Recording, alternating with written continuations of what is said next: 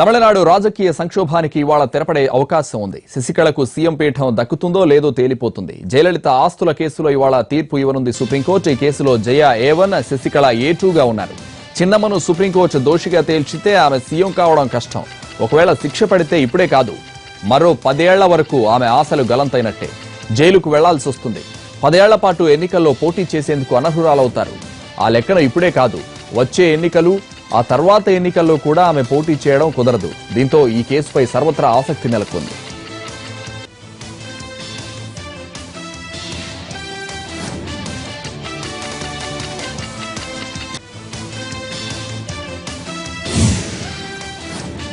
Supreme court తీర్పులో శశికళ దోషిగా తేలితే 2 రకాలుగా ఇబ్బంది తప్పదు. క్యాంపులో ఉన్న ఎమ్మెల్యేలు మెల్లగా జారుకునే అవకాశం ఉంది. ఇప్పటికే మెల్లగా ఒక్కొక్కరు వెళ్లిపోతున్నారు. మరోవైపు అన్నాడీఎంకే కేడర్లో కూడా నైతిక స్థైర్యం దెబ్బతింటుంది. శశికళ కేసులంటూ కోర్టులంటూ తిరుగుతూ పోతే పార్టీ ఏమవుతుందోనన్న ఆందోళన పెరిగి అనిశ్చితి రావచ్చు. అయితే చిన్నమ్మ కూడా ముందస్తు వ్యూహంతో సిద్ధంగా ఉన్నట్టు తెలుస్తోంది. కోర్టు తీర్పు తనకు వ్యతిరేకంగా వస్తే సీఎం అభ్యర్థిగా సెంగొట్టియన్, ఎడప్పాడి పళనిస్వామి, తమ్మిదురైల్లో ఒకరిని ప్రతిపాదించే అవకాశం ఉంది. నిర్దోషిగా తేలితే మాత్రం పన్నీరుకు షాక్ తప్పకపోవచ్చు అంటున్నారు పరిశీలకులు.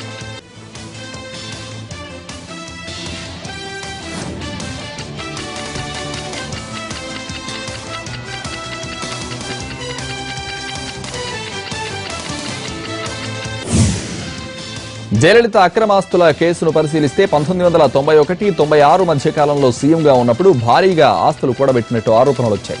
అప్పట్లో జయ ఇంట్లో జరిగిన సోదాల్లో 800 కిలోల వెండి, 28 కిలోల బంగారం, 750 జతల చెప్పులు, 10,500 చీరలు, 91 వాచీలు, విలువైన పత్రాలు బయటపడ్డాయి. మొత్తం 60 కోట్ల రూపాయల అక్రమాస్తులు ఉన్నట్టు తేలింది. ప్రస్తుతం బీజేపీలో ఉన్న ఎంపీ సుబ్రహ్మణ్య స్వామి జయకు వ్యతిరేకంగా అప్పట్లో కోర్టుకు వెళ్లారు. 1996 డిసెంబర్ 7న జయ అరెస్ట్ అయ్యారు. ఆమెతో పాటు శశికళను కూడా నిందితురాలుగా చేర్చి దర్యాప్తు సంస్థలు కోర్టులో కేసులు వేశాయి. ఆ తర్వాత ఈ కేసు చాలా మలుపులు తిరిగింది. విచారణ నిష్పక్షపాతంగా జరిగేందుకు చెన్నై నుంచి బెంగళూరుకు మారింది కేసు. 2014లో జయలలిత సహా 5గురికి 4 ఏళ్ల జైలు శిక్ష పడింది. అమ్మకు 100 కోట్ల జరిమానా విధించింది స్పెషల్ కోర్టు. శశికళ సహా మిగతా 4గురికి 10 కోట్ల జరిమానా వేశారు. అయితే స్పెషల్ కోర్టు తీర్పును కర్ణాటక హైకోర్టు కొట్టేసింది. దీంతో జయ సహా అంతా కేసు నుంచి బయటపడ్డారు. కానీ హైకోర్టు తీర్పును కర్ణాటక ప్రభుత్వం సుప్రీంలో సవాల్ చేసింది. జయ మరణించడంతో మిగిలిన నిందితులపై ఎలాంటి తీర్పు ఇస్తుందన్నది ఇప్పుడు ఉత్కంఠగా మారింది.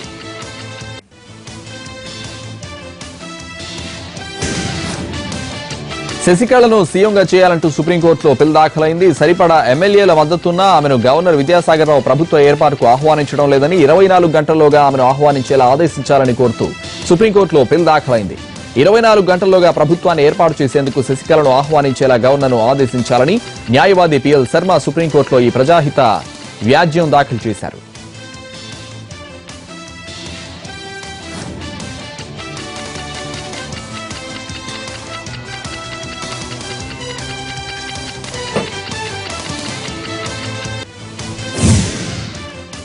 శశికళ మీద కోర్టు తీర్పు కోసం ఆమె కంటే ఉత్కంఠగా ఎదురు చూస్తున్నారు ఆపద్ధర్మ సీఎం పన్నీర్ సెల్వం.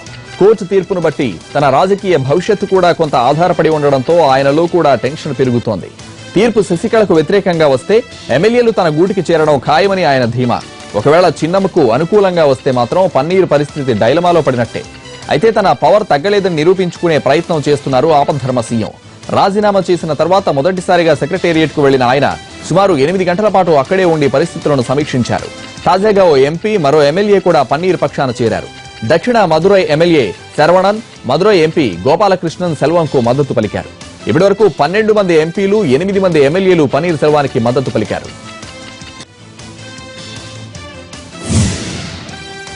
పన్నీర్ సెల్వంకు సినీ ప్రముఖుల మద్దతు భారీగా పెరుగుతోంది. ఇప్పటికే కమల్ హాసన్, గౌతమి, ఖుష్బూ, శరత్ కుమార్, టి రాజేందర్, మనోబాల వంటి సినీ నటులు మద్దతుగా నిలిచారు.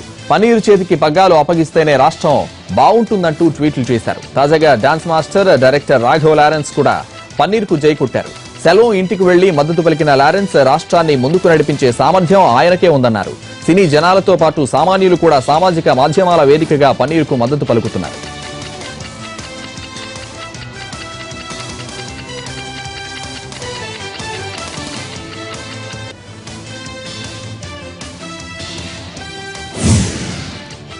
తమిళనాడులో బల పరీక్ష పెట్టాలంటూ గవర్నర్ విద్యాసాగర్ రావుకు సూచించారు attorney general Mukul Rohatgi.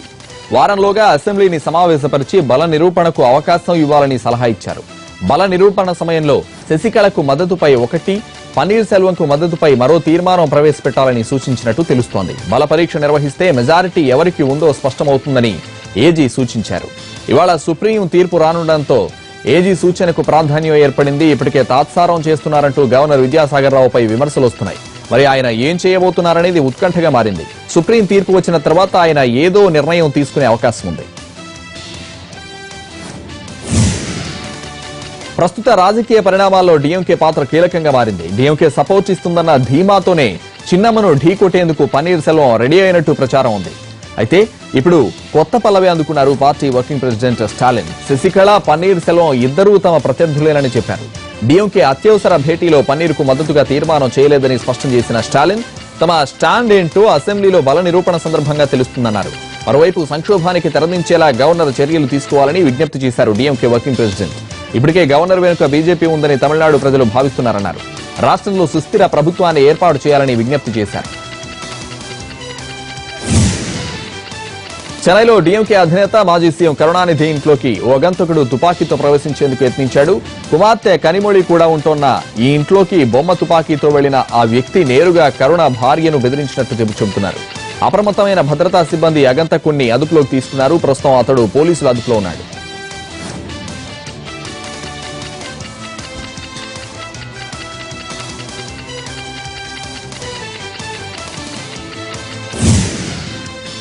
Terrible 60లో short break తీసుకుందాం. Stay with us.